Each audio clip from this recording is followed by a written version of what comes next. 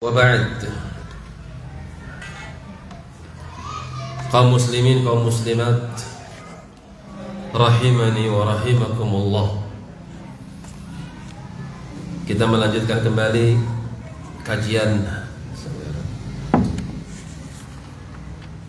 Kamis pekan 2. Yang kita baca adalah buku tentang wanita pada asalnya,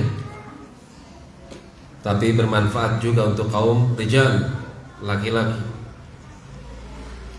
Nasihati lin nisa, nasihatku untuk para wanita. Wanita di dalam Islam itu dimuliakan keberadaannya. Di saat kaum jahiliyah mereka semena-mena terhadap wanita, apalagi budak wanita. Kapan mereka punya budak wanita, maka budak ini dipekerjakan untuk melakukan perbuatan asusila. Ketika sudah mendapatkan sesuatu dari wanita tersebut, store kepada tuannya. Ini jahiliyah, dan ternyata terjadi pada zaman setelah datangnya Islam. La tukrihu fatayatikum 'alal bigha'i in aradna tahassunan litabtaghu 'aradal hayatid dunya. Surat Nur. Allah Subhanahu wa taala mengatakan, jangan kalian itu memaksa budak perempuan kalian untuk melakukan jual kehormatan mereka demi mendapatkan keping-keping dunia. Jangan kayak gitu. Ayat ini ayat yang berbicara tentang kaum jahiliyah. Setelah datangnya Islam, hapus sudah. Tidak lagi ada hukum seperti itu. Tidak lagi ada seorang juragan memiliki budak, kemudian budak itu diperjualbelikan dalam artian jual tubuhnya, kemudian setoran kepada juragannya. Haram yang demikian. Ini pengangkatan derajat untuk para wanita. Di antaranya di dalam Al-Quran gak ada surat Ar-Rijal, tapi adanya surat An-Nisa, para wanita. Dan wanita-wanita pada zaman sahabat radhiyallahu ta'ala anhum adalah wanita-wanita yang amat hebat. Seperti hadis yang sudah kita baca pada kajian yang telah berlalu, di mana sahabat ini rela mendapatkan demam. Sebagian riwayat atau lafaz yang lain dari sahabat yang lain, hadis yang kemarin kita baca Abu Hurairah, adapun hadis yang senada tapi lain perbincangan, yaitu hadis Ibnu Abbas, dikeluarkan oleh Al-Bukhari juga, tentang wanita yang masuk ke dalam surga tapi dengan penyakit yang berbeda. Hadis Abu Hurairah, wanita yang kena penyakit demam Madinah. Hadis Ibnu Abbas, wanita yang terkena penyakit epilepsi, yang kadang kejang, kemudian dia harus kambuh di tengah-tengah manusia, minta kepada Nabi kesembuhan agar Allah atau agar Nabi mendoakan beliau agar beliau disembuhkan oleh Allah. Ternyata Nabi mengatakan, in syi'ti sabarti walakil jannah. Kalau kamu sabar, kau akan dapat surga. Maka perempuan ini sudah tidak lagi peduli dengan penyakitnya. Dia pilih surga meskipun harus mengalami rasa sakit yang diterita. Fa mauqifus sahabati ajib. Karena itu penulis mengatakan, ya kayak gitu. Sikap mereka para sahabat itu sangat menakjubkan. Tahammalul amrad, mereka rela meskipun harus sakit. Wal ju', mereka rela meskipun kadang harus kelaparan. Wal masyaqah, mereka rela untuk memikul beban yang amat berat. Wa mufaraqatul autan wal ahibbah, mereka rela meskipun harus mengorbankan berpisah dengan keluarganya sendiri, berpisah dengan tanah tempat kelahiran mereka sendiri, hijrah. Mereka rela demi mendapatkan surga. Wa wajahul kuffara bis-suyuf, mereka siap meskipun harus berhadapan dengan musuh-musuh mereka dengan pedang-pedang di tangan mereka, ila ghairi dzalika, dan selain daripada amal-amal mereka para sahabat radhiyallahu taala anhum. Dikatakan junun, enggak ngaruh. Dikatakan enggak waras, enggak ngaruh. Dicaci dimaki, enggak ngaruh. Itulah sifat para sahabat radhiyallahu taala anhum, dan itulah sifat Taifah al-mansurah. La tazalu ta'ifatun min ummati zahirin 'ala al-haqq la yadurruhum man khadalahum wa la man khalafahum hatta ya'tiya amrullah wa hum 'ala dhalik. Akan tetap ada, kata Nabi sallallahu alaihi wasallam, satu kaum, satu kelompok yang mereka itu betul-betul membela al-haq, mansurin, dan mereka pasti akan ditolong. Seperti apa kriteria mereka? La yadurruhum man khadalahum wa la man khalafahum, orang-orang yang melecehkan mereka, orang-orang yang menyelisihi mereka, tidak menjadikan mereka minder.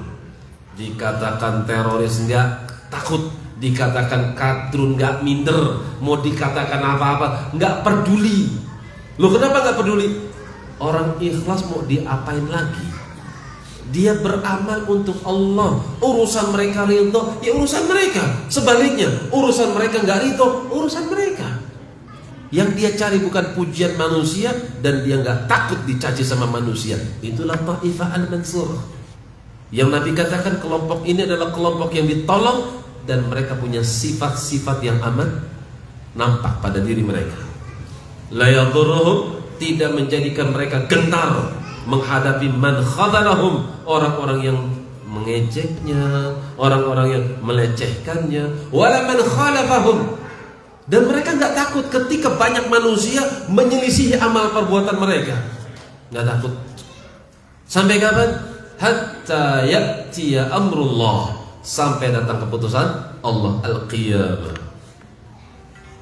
Ibtigha'a minhum lil ajri wal thawabi wal jannati. Kalau mereka para sahabat, ketika mereka harus memikul beban, ketika mereka harus sakit, ketika mereka harus lapar, mereka harus berpisah dengan orang-orang yang mereka cintai, mereka harus berpisah dengan kota kampung yang mereka cintai, enggak peduli. Apa sebabnya? Mereka mengharapkan pahala, ganjaran, dan juga surga di sisi Allah. Wa amma nahnu fa ila Allahil mushtaka mas'alatul i'dad lil akhirati wal jidd fi dhalika azizun 'inda katsir min ar-rijal fadlan 'anil nisa. Adapun kita sekarang, maka tempat mengadu kita ya tentu Allah Subhanahu wa taala. Permasalahan mempersiapkan bekal untuk menghadapi hari akhirat, bersungguh-sungguh untuk menyiapkan diri berhadapan dengan Allah, azizun, kayaknya berat. Inda katsiri minar rijal, berat di sisi para lelaki, apalagi para wanita. Illa man rahima rabbi, kecuali orang-orang yang telah dirahmati oleh Allah. Innahu huwal azizur rahim, sungguh Dia Allah itu maha perkasa, dan Dia Allah itu maha merahmati. Ikhwani fillah rahimani wa rahimakumullah, innal jadd, ketahuilah, kesungguh-sungguhan, wal ijtihad, serius, fit ta'at, di dalam melakukan ketaatan demi ketaatan, yusil ila tariqil mustaqim. Ini salah satu sebab seorang akan disampaikan, akan sampai kepada jalan yang lurus. Kapan seorang sungguh-sungguh, kapan seorang serius menunjukkan keseriusannya di dalam beragama di hadapan Allah, maka orang ini akan sampai kepada jalan yang lurus, alladzi la i'waja fihi, di mana tidak lagi ada jalan berkelok, jalan yang lurus yang tidak ada belokannya. Qala Allah Ta'ala, Allah Subhanahu wa taala berfirman, "Walladzina jahadu fina lanahdiyannahum subulana wa innallaha lama'al muhsinin.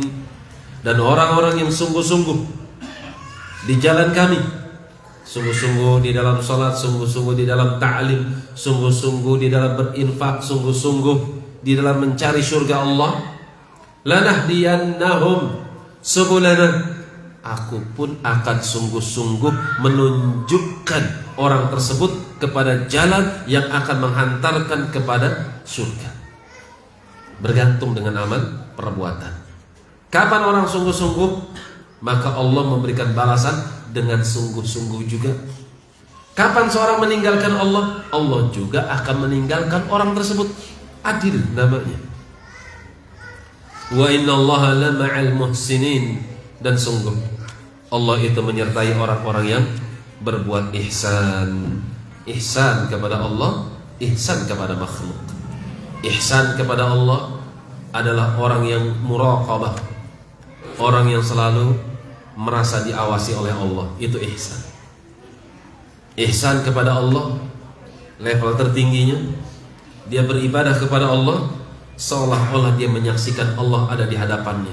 Khasyah, rasa takut yang amat tinggi. Ini ihsan kepada Allah. Adapun ihsan kepada manusia, di antaranya kata Imam Ahmad rahmatullahi alaih, di antaranya badlun nada. Di antaranya dia mau mengorbankan sesuatu untuk saudaranya. Wa kaful adza, dia tahan dirinya untuk tidak mengganggu saudaranya. Nih, ihsan kepada manusia. Mau mengeluarkan sesuatu, berbuat baik, berkorban kepada saudara-saudaranya, dan dia tahan untuk tidak mengganggu saudara-saudaranya. Itu ihsan di hadapan manusia. Jadi muhsin di dalam Al-Quran itu maknanya dua. Ihsan kepada Allah, ihsan kepada makhluk. Maka orang yang seperti ini, wa innallaha ma'a, Allah sebut dengan kata ma'a, kebersamaan. Apa makna ma'a? Nah, di sini masuk kepada pelajaran akidah. Ma'a di sini maksudnya kebersamaan. Kata Sufyan Ats-Tsauri, ma'a ilmihi, kebersamaan ilmu. Allah mengetahui hamba ini, Allah memperhatikan hamba ini, dan Allah senantiasa melindungi dan menolong hamba ini. Itu makna ma'a, Allah bersama hamba. Kata ma'a, bersama, itu enggak mesti ada lisaq, iltisaq. Iltisaq itu artinya nempel, bersejajaran. Saya sama dia. Dia enggak mesti. Kalimat kebersamaan itu harus bergabung, harus bersatu. Saya ingat saya ngisi di sini menyebut kata ma'a. Misal ada bapaknya di atas lantai 2, kemudian anaknya ada di lantai 1. Anaknya kecil, kemudian dia nangis. Ketika dia nangis, kata bapaknya, jangan takut nak, bapak bersamamu. Jangan takut. Apa maksud bersama di situ? Bersamaan dengan ilmu. Bapak tahu kamu di situ. Bersama dengan apa? Bersama dengan perlindungan. Bapak tahu kamu di situ, Bapak akan lindungi kamu, Bapak akan berikan pertolongan kamu. Itu kata Sufyan Ats-Tsauri. Jadi ma'iyah, kebersamaan di situ adalah ma'iyatu ilmi, kebersamaan ilmu Allah Subhanahu wa taala. Sama seperti orang yang berjalan bersama bulan. Apakah dia jalan sama bulan? Tidak. Dia berjalan di bumi sementara cahaya bulan menyertainya. Kan seperti itu. Sirtu ma'al qamar, sirtu wal qamar. Aku berjalan bersama bulan. Apa maksudnya? Aku bersama atau aku berjalan dinaungi oleh apa? Sinar rembulan. Jadi ini makna ma'a. Itulah pentingnya belajar akidah bersama Ahlus Sunnah. Kenapa demikian? Supaya kita tidak dipalingkan daripada jalan para salaf. Karena sebagian mereka, para ahli takwil, mereka mentakwil dengan berbagai macam takwilan yang finalnya mereka tidak menetapkan apa yang Allah tetapkan. Mereka tidak menetapkan sesuatu yang ditetapkan oleh Rasul Sallallahu Alaihi Wasallam. Ini kan bahaya. Sudah tidak menetapkan sesuatu yang ditetapkan oleh Allah dan Rasulnya, mereka merasa kalau itu adalah jalan yang hak. Ini kan lebih bahaya lagi. Wa amrullahi azza wa jalla bidzalika, dan urusan Allah Subhanahu wa ta'ala memang harus ditunaikan dengan kesungguh-sungguhan. Allah Subhanahu wa ta'ala mengatakan dalam surat Al-Hajj, wajahadu fillahi haqqa jihadi, dan bersungguh-sungguhlah kalian di jalan Allah, di dalam agama Allah dengan sebenar-benar kesungguhan kalian. Jadi kata jihad itu enggak mesti dengan perang. Kata jihad di dalam Al-Quran enggak mesti dengan peperangan, angkat pedang maju ke barisan kaum musuh. Tidak. Kata jihad itu kadang digunakan untuk apa? Menunjukkan kesungguh-sungguhan. Kalimat jihad itu dari kata jahada yujahidu juhdan. Artinya apa? Sungguh-sungguh. Contoh dalam surat Al-Furqan, fala tuti'il kafirin wajahidhum bihi jihadan kabira. Fala tuti'il kafirin, ya Muhammad sallallahu alaihi wasallam, kamu jangan ikutin keinginan orang-orang kafir, request mereka yang aneh-aneh, jangan kau turuti. Wajahidhum, perangi mereka, berjihadlah melawan mereka, jihadan kabira, dengan jihad yang besar. Apa maksud jihad di situ? Ayat ini makiyah. Ketika fase Mekah ada pedang? Enggak ada. Tapi lihat bahasanya, perangi mereka dengan perang yang besar. Ternyata makna perang di situ apa? Dakwah. Dakwahilah mereka bihi, dengan Al-Quran. Jadi dakwahkanlah mereka dengan Al-Quran, dengan kesungguh-sungguhan yang besar. Jadi kata jihad nggak mesti dengan peperangan. Jadi makna jihad di sini maknanya apa? Kesungguh-sungguhan. Wa Nabiyyu sallallahu alaihi wasallam qala kama fi sahih Muslim an Abi Hurairah, Nabi kita sallallahu alaihi wasallam pernah bersabda dalam hadis Muslim dari sahabat Abu Hurairah radhiyallahu taala anhu, ihris ala ma yanfa'uk, ayo semangatlah kalian terhadap perkara-perkara yang bisa mendatangkan manfaat untukmu. Wasta'in billah wa la ta'jazan, hendaknya kalian minta bantuan kepada Allah, jangan kalian lemah jadi orang. Lihat kalimatnya, Masya Allah. Qauluhu, maka ucapan ihris ala ma yanfa'uk, ayo semangatlah kalian terhadap perkara yang bisa mendatangkan manfaat untuk kalian. Ay yanfa'uka fid dunyaka wa akhiratika, ayo semangat terhadap perkara-perkara yang bisa mendatangkan manfaat untukmu, apakah itu kaitannya dengan duniamu atau dengan akhiratmu. Jadi di sini Islam tidak melarang apa? Islam tidak melarang kerja. Bahkan Islam menganjurkan apa? Menganjurkan untuk bekerja. Fa idza faragta fansab, kalau kau sudah selesai satu urusan, fansab, kerjakan urusan yang lain. Wa ila rabbika farghab, dan jangan lupa ibadah. Dari hasil usahamu maka harapkanlah pahala kepada Tuhanmu. Nabi sallallahu alaihi wasallam mengatakan, innallaha yuhibbu 'anil 'abdi. Lihat ya ucapan Nabi sallallahu alaihi wasallam, sungguh Allah itu suka, Allah itu senang, Allah itu cinta 'anil 'abdi, dari seorang hambanya. Yang ya tentu hamba yang dimaksud muslim, gak mungkin kafir. Yang dicintai oleh Allah mesti mukmin, yang dicintai sama Allah mesti muslim, gak mungkin kafir. Maka Allah cinta seorang muslim idza 'amila atqana. Kalau dia bekerja dan dia menyempurnakan pekerjaannya. Tuh. Allah aja cinta ngelihat hamba, apakah dia tani tapi teliti di dalam pertaniannya, apakah dia montir dan dia teliti di dalam servisnya, apakah dia pelayan maka dia sempurna di dalam memberikan pelayanannya. Maka Allah cinta ngelihat orang yang seperti ini. Kenapa Allah cinta sama orang kayak gini? Karena di dalamnya terdapat apa? Unsur amanat. Betul ya? Kamu kerja di perusahaan ini, bisa kamu apa? Saya bisa servis ini, saya bisa servis itu. Oh, berarti kamu teknisi. Iya. Sekarang kerja kamu sekian sampai jam sekian, gaji kamu ini, seragamnya ini, tunjangannya ini, tanda tangan. Itu kan amanat. Ketika sudah tanda tangan, maka dia amanat. Masuk jam berapa, istirahat jam berapa, pulang jam berapa, dia tertib. Allah cinta dengan orang seperti itu.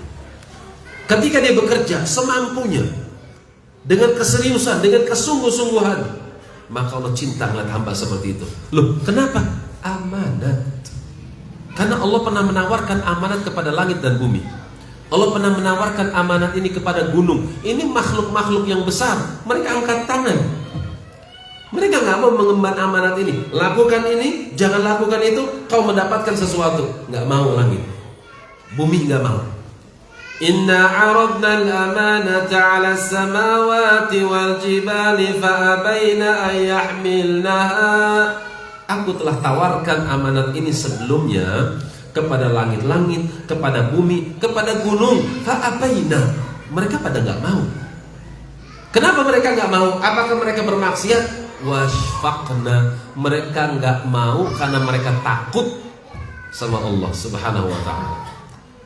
Wa hamalahal insan, tapi ternyata amanat ini diemban oleh Adam. Adam sanggup. Innahu kana zaluman jahula, demikianlah manusia. Mereka itu zalum, mereka itu zalim, tidak mengerti akibat perbuatannya. Jahula, dan mereka itu bodoh. Mereka nggak tahu akibat daripada perbuatan mereka sendiri. Tapi di antara hikmah daripada amanat apa? Liyu'adziballahu al-munafiqina wal munafiqat wal musyrikina wal musyrikat, agar Allah memberikan hukuman kepada orang-orang yang munafik laki dan perempuan, musyrik laki dan perempuan. Kenapa Allah mengazab hamba-hambanya? Karena amanat itu. Fala yadhlimu rabbuka ahadan. Allah enggak pernah berbuat zalim kepada hamba-hambanya. Allah sudah menawarkan lewat kitabnya, lewat pengutusan para utusannya. Lakukan ini kau dapat pahala, tinggalkan ini kau dapat pahala. Kalau kau melakukan ini kau mendapatkan siksa. Kalau kau melakukan ini kau mendapatkan pahala. Ayo jalankan. Enggak, dia nggak mau memegang amanat tersebut. Karena itulah Allah menghukum mereka. Jadi Allah menghukum hamba-hambanya bukan karena kezaliman dari dia, tapi disebabkan karena kezaliman manusia yang tidak mau tunduk kepada perintah Allah. Karena itu Allah akan azab orang-orang yang munafik laki dan perempuan, musyrik laki dan perempuan. Lantas gimana nasib orang-orang yang beriman? Waliyatuballahu 'alal mu'minina wal mu'minat wa yatuballahu 'alal mu'minina wal mu'minat. Orang-orang yang mukmin, laki maupun perempuan, Allah akan memberikan taubat. Allah akan memberikan ampunan atas kekurangan mereka. Wa kana Allahu ghafurar rahima. Karena Tuhan kalian itu adalah Allah. Dia adalah Allah yang sering memberikan ampunan, dan Dia suka memberikan rahmat kepada hamba-hamba yang beriman. Karena itu Nabi SAW menganjurkan kita, kapan kita mendapatkan sesuatu yang mendatangkan manfaat untuk isi kantong, manfaat untuk urusan rumah tangga, ambil manfaat tersebut. Tentu yang lebih baik adalah manfaat akhirat. Kapan ada kesempatan di mana seorang bisa mendapatkan manfaat untuk akhiratnya, ambil baik-baik. Semangat di dalam hal tersebut, maka Anda sudah mengikuti petuah Nabi sallallahu alaihi wasallam. Wa qaluhu wa la ta'jazan, dan janganlah kalian menjadi lemah. Naha 'anil ajz, Nabi melarang kita untuk melakukan atau memiliki sifat lemah. Ala anna al-ajza, padahal lemah itu qad yakunu ahwan minal kasal, itu lebih ringan daripada malas. Lemah di bawah lemah, malas. Fa inna qad yakunu bisababin maradin aw syaykhukatin aw nahwi dzalika. Karena orang yang lemah itu kadang terjadi disebabkan karena ada sebab. Kenapa dia lemah? Disebabkan karena sakit. Awalnya kuat, tapi jadi lemah. Kenapa? Gara-gara sakit. Au syaikhukah, atau disebabkan karena ketuaan. Dulu Masya Allah kuat, sekarang berhubung sudah sepuh jadi lemah. Enggak tercela. Bikhilafil kasl, beda dengan malas. Fa inna madmumun mutlaqan, kalau malas maka dia sifat yang tercela secara mutlak. Wal kaslu diddun nasyat, yang namanya malas itu lawan kata dari semangat. Wa qad kana an-nabiy sallallahu alaihi wasallam yasta'idzu billah, Nabi kita sallallahu alaihi wasallam meminta perlindungan kepada Allah dari minhuma, dari sifat, dua sifat ini. Fakana yaqul, gampang lemah dan malas. Lemah pada asalnya bukan sesuatu yang tercela.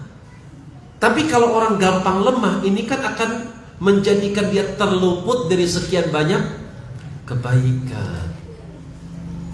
Nganggur, belum punya pekerjaan tetap, diajak yuk kerja, ada proyek, waduh baru masuk angin, nggak jadi kerja. Ada kesempatan yang lain, yuk ada proyek baru nih, lumayan penghasilannya, asam urat kambuh, nggak kerja lagi. Nanti ada lagi urusan yang baru, yuk ada proyek yang baru, aduh vertigonya kambuh. Gimana yang seperti ini? Sekian banyak kebaikan akan terluputkan. Apa sebabnya? Al-ajz, lemah. Nabi gak pengen seperti ini. Nabi tidak pengen memiliki badan yang mungkin bahasa kita ringkih, gampang sekali sakit. Nabi berlindung kepada Allah Subhanahu wa ta'ala dari penyakit, dari kelemahan. Bentar-bentar kambuh, bentar-bentar kumat, bentar-bentar KO. Gimana mau jihad? Ketika sudah diputuskan jihad, sampaikan kepada musuh, perang kita pending 2 hari. Kenapa? Vertigo. Gimana komandan? Perang harus terjadi ini. Kan gak bagus yang seperti itu. Kan itu Nabi SAW meminta perlindungan kepada Allah dari 2 sifat ini. Allahumma inni, dan perlu disampaikan, doa ini dibaca pada waktu subuh. Doa ini dibaca pada waktu subuh. Dan Nabi komitmen di dalam membacanya, continue, terus membacanya. Kalau Nabi continue membacanya, kenapa kita tidak continue? Allahumma inni a'udzubika minal ajzi wal kasl. Duhai Allah, aku minta perlindungan kepada Engkau ya Allah dari kelemahan dan sifat malas. Muttafaqun alaih, dikeluarkan oleh Al-Bukhari dan juga Muslim.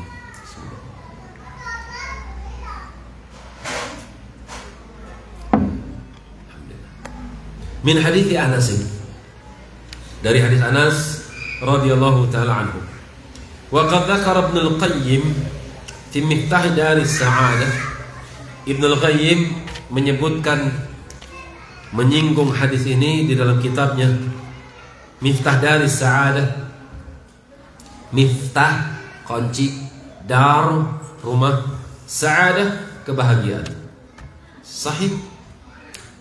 Ada sekitar 159 keutamaan ilmu di dalam buku beliau. Miftah Dari Sa'adah, 1 jilid tapi tebal. Ibnul Qayyim rahmatullah alaih. Pernah beliau safar haji. Beliau kan Damaskus, Palestina, atau lebih tepatnya Syam. Beliau orang Syam. Dari Syam naik untanya menuju Mekah.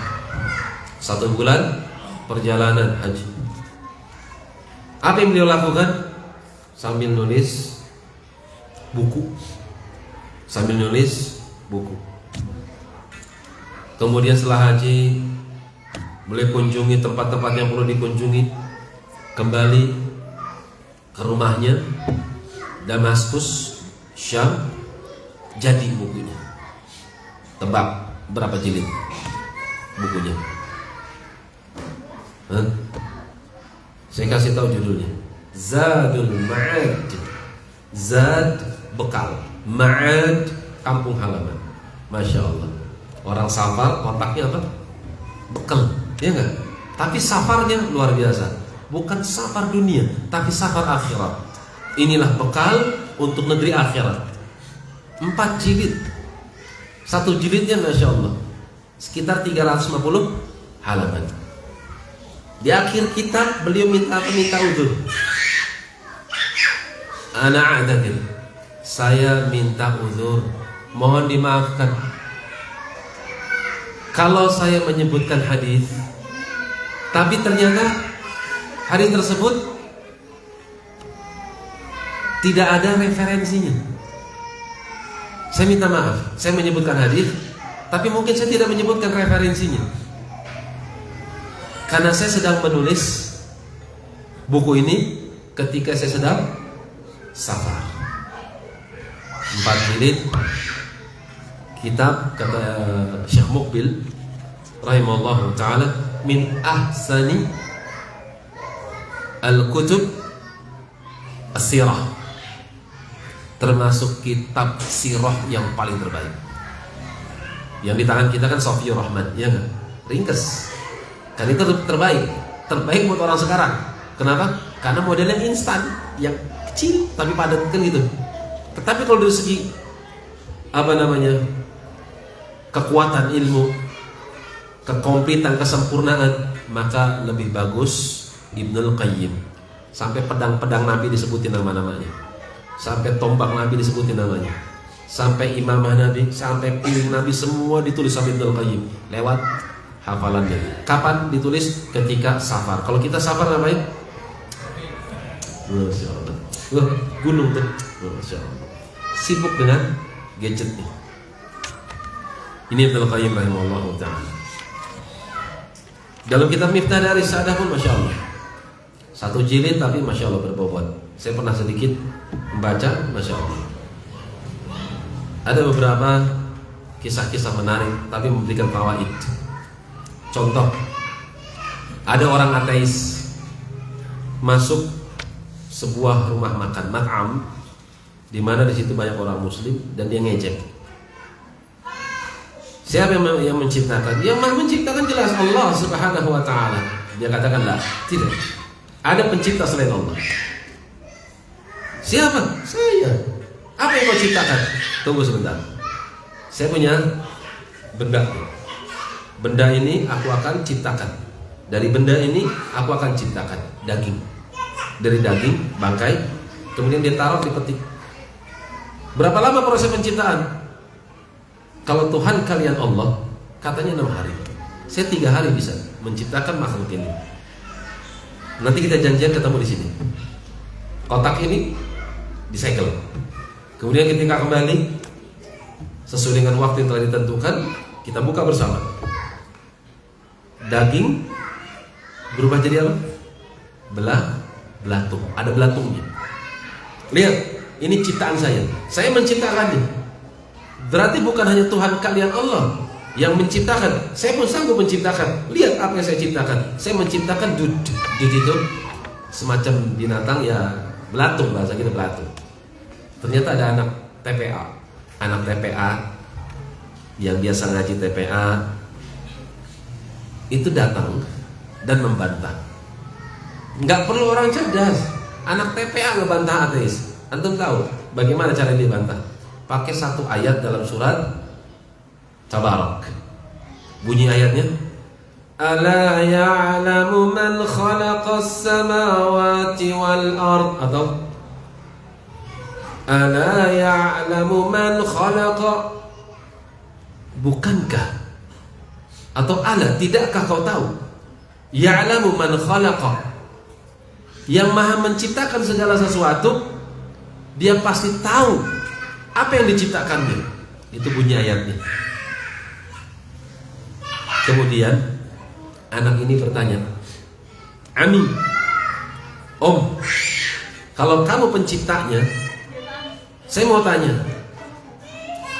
mana yang jantan, mana yang betina, mana bapak, mana emak, mana kakak, mana adik. Bingung dia, nggak bisa jawab dia. Ala ya'lamu man khalaqa, tidakkah kalian tahu yang menciptakan? Tentu ya'lamu, tentu dia pasti tahu apa yang dia ciptakan. Coba anda katanya pencipta. Coba saya mau tanya, mana bapaknya, mana anaknya, mana ibunya, mana kakaknya, mana adiknya, mana yang jantan, mana yang betina. Fabuhitat, maka fabuhital ladzi kafar, maka orang kafir ini pun dia nggak bisa bicara. Ini sedikit fawaid dari kitab Miftah Daris Sa'adah. Annal ghaflata wal kasla huma aslul hirman. Kata beliau, ketahuilah, ghaflah, lalai, wal kasl, malas, ini adalah dua sumber seorang diharamkan dari kebaikan. Lihatnya kalimatnya simpel. Lalai, malas, dua sumber seorang diharamkan dari kebaikan. Taklim yuk, lagi malas, iya kan? Diharamkan dia mendapatkan ilmu. Pulang dari pengajian, dari mana? Itu kemarin ada kajian, tadi saya baru ikut kajian. Loh, kok saya nggak tahu? Lalai. Akhirnya nggak dapat kebaikan. Kali itu jangan lalai, jangan malas. Wa syairu yaqul, seorang penyair mengatakan, walam ara fi uyubin nasi aiban kanaqsil qadirina 'ala tamam. Aku tidak pernah melihat ada aib yang sangat besar di tengah-tengah manusia melebihi daripada malasnya orang-orang yang mampu untuk melakukan sesuatu yang sempurna. Jadi aib yang paling rendah di sisi manusia adalah dia meninggalkan kesempurnaan padahal dia mampu untuk melakukannya. Malas maksudnya. Wal maghbunu fid dunya min aw man razaqahu Allahu sihatan wa faraghan. Orang yang tertipu dari dunia adalah orang yang mendapatkan kesehatan, mendapatkan rizki waktu luang, walam yashghalhuma fima yanfa'uh, tapi tidak dia manfaatkan keduanya untuk mendatangkan sesuatu yang bermanfaat. Punya kesehatan, punya waktu luang, ada kesempatan yang menguntungkan dunia, tidak diambil. Ini orang yang tertipu namanya. Atau dia mendapatkan kenikmatan sehat, dia mendapatkan waktu luang, ada kesempatan untuk meraih daripada kunci-kunci kebaikan akhirat, dia tidak mengambilnya. Ini pun orang yang tertipu dengan dunia. Rawal Bukhari, Al-Imam Bukhari meriwayatkan an Ibnu Abbas radhiyallahu ta'ala anhuma, qala Rasulullah sallallahu alaihi wasallam, ni'matan maghbunun fihima katsirun minan nas, as-sihhatu wal faraghu. Dua nikmat yang manusia maghbun, tertipu menjadikan dia lalai. Fihima, terhadap dua nikmat ini, katsirun minan nas, banyak manusia.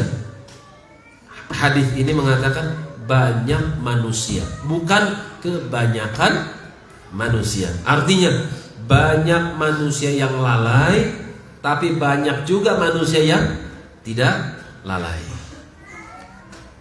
Lantas dua nikmat apakah yang menjadikan manusia banyak yang lalai terhadapnya? As-sihhatu wal faraghu, kesehatan dan juga waktu luang. Padahal pada hari kiamat setiap hamba ketika menyesali amal perbuatan yang kurang, maka Allah akan berhujah dengan umur.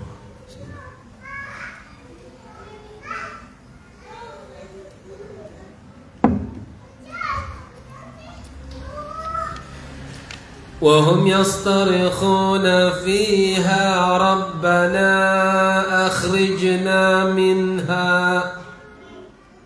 Penduduk neraka mereka menjerit, jadi bukan nida lagi, tapi yastarikhu, teriak dengan kencang, nggak manggil lagi. Awalnya mereka memanggil, wanada malik. Mereka pada awalnya memanggil dengan nada yang pelan, ya Malik, ya Malik, hai malaikat Malik, iqdi alaina rabbuk, tolonglah sampaikan kepada Allah agar Allah matikan kami saja. Itu nada, kalimat nida. Tapi ketika sudah masuk, maka mereka tidak lagi memanggil dengan suara yang pelan, maka dia atau mereka memanggil dengan nada yang kencang. Kenapa nada mereka kencang kepada Allah? Karena mereka merintih kesakitan. Wahum yastarikhuna fiha, mereka menjerit di dalam neraka. Rabbana akhrijna minha, duhai Allah, tolong keluarkan kami. Na'mal salihan ghairal ladzi kunna na'mal, ya Allah, nanti kami akan beramal dari amal yang dulu kami tinggalkan. Maqbul. Lihat ya, apa hujah Allah.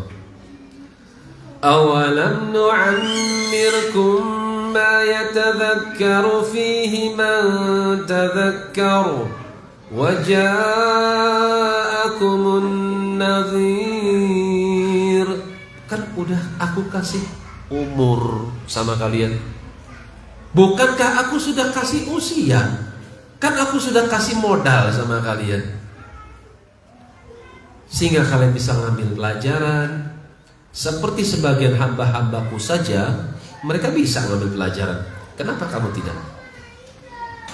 Wa ja'akumun nadhir, kan sudah diturunkan juga kitabku, sudah diutus juga utusanku. Sekarang mau cari alasan apa lagi? Kalau dikasih umur ternyata nggak diturunkan kitab, wajar. Kalian kami adab, kalian protes, wajar.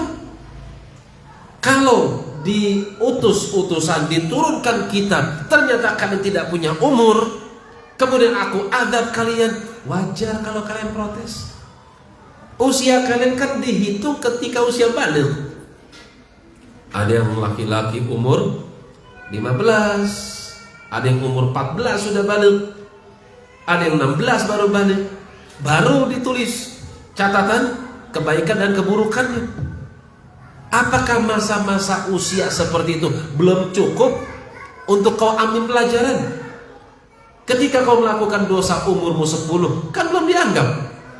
Ketika sudah masuk usia balik, sekarang umurmu sudah 40, 50, 60, masih juga nggak sholat, masih juga nggak kenal tauhid, masih juga nggak ngerti syirik.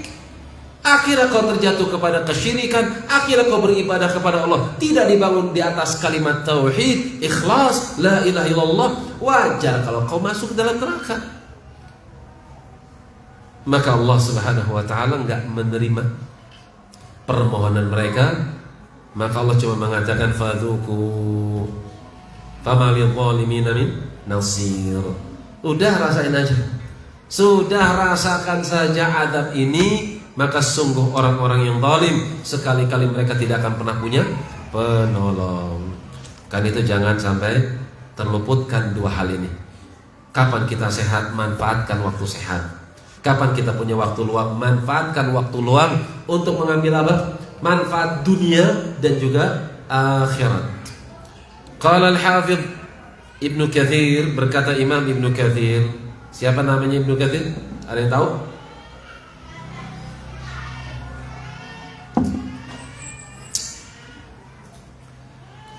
namanya Ismail bin Umar bin Kathir Ad-Dimashqi Asy-Syafi'i. Nama beliau Ismail, panggilannya Abul Fida. Sahibu tafsir, pemilik kitab tafsir.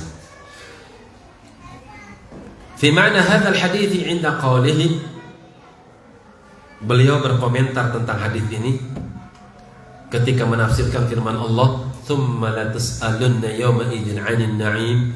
Kemudian pasti kalian akan ditanya pada hari itu dari nikmat-nikmat yang telah sampai kepada kalian. Wa ma'na hadza, kata Ibnu Katsir, makna ayat ini annahum muqassirun fi syukri hataini ni'mataini. Mereka meremehkan, mereka menyepelekan fi syukri, di dalam hal bersyukur, hataini ni'mataini, terhadap dua nikmat yang telah Allah berikan kepada mereka. La yaqumuna biwajibihima, ketika mereka sehat tidak mereka tunaikan kewajiban orang yang sehat. Ketika mereka punya waktu luang tidak mereka tunaikan kewajiban orang yang memiliki waktu luang. Ada tetangga sakit nggak dibesuk, ada tetangga meninggal nggak ada takziah, itu kan waktu luang. Kapan seorang bisa melakukannya? Kenapa tidak dia lakukan? Ada hal-hal yang bermanfaat untuk dirinya, keluarganya, untuk masyarakat tetangganya, tidak dia lakoni padahal punya waktu luang. Hati-hati, ini akan ada pertanggung jawabannya. Wa man la yaqumu bihaqqi ma wajaba alaih fahuwa maghbun. Kalimat terakhir yang beliau ucapkan ini kalimat yang bisa dijadikan sebagai kaidah dalam kehidupan kita. Siapa di antara kalian yang tidak menegakkan hak, sesuatu yang diwajibkan oleh Allah, maka dia adalah hamba yang tertipu. Dia adalah hamba yang tertipu. Sehat walafiat, tapi tidak dia gunakan kesempatan dari kesehatan tersebut. Sholat malas-malasan, sholat belang-bentong, padahal dia sehat. Yang lebih parah lagi, dia sehat, dia nggak sholat. Dia sehat, dia nggak sholat. Hati-hati, badannya akan menjadi apa? Seperti kayu pada hari kiamat. Yauma yukshafu 'an saqin wa yud'auna ila as-sujudi fala yastati'un. Pada hari di mana huru-hara itu terjadi, maka sungguh Allah perintahkan pada hari itu. Pada hari kiamat dibangkitkan akan ada satu ujian di mana Allah perintahkan, sujudlah kalian kepadaku. Ya tentu manusia akan sujud kepada Tuhan, tapi ada manusia-manusia yang tidak bisa sujud. Siapakah mereka? Allah nggak nyebutin mereka adalah kaum munafikin, mereka adalah kaum ini, tidak. Tapi Allah menyebutkan kondisi. Khashi'atan absaruhum tarhaquhum dhillah. Mereka adalah orang-orang yang kondisinya pada hari itu adalah orang-orang yang tatapan matanya itu penuh dengan rasa takut. Celok, matanya nggak sanggup berkedip. Tarhaquhum dhillah, penuh dengan kehinaan. Gimana nggak hina? Gimana nggak takut? Dia pengen sujud tapi badannya kayak kayu, nggak bisa sujud dia. Apa sebabnya? Wa qad kanu yud'auna ila as-sujudi wa hum salimun. Dulu di dunia kan disuruh sujud, hayya 'alas shalah, hayya 'alal falah, tapi mereka enggak mau salat. Wa hum salimun, padahal mereka sehat. Kan itu hati-hati. Orang yang sehat tapi dia tidak mau berbuat untuk mengambil manfaat, apakah itu dunia, apakah itu akhirat, maka dia maghbun, orang yang ditipu, tertipu oleh syaitan. Lewat apa? Lewat pintu kesibukan untuk tidak mengambil apa? Manfaat. Allahul musta'an. Sudah ada. Baik, mungkin ini bisa saya sampaikan. Alafumikum wala taqsiri. Wa akhiru da'wana alhamdulillahi rabbil alamin. Tafaddalu, barakallahu fikum.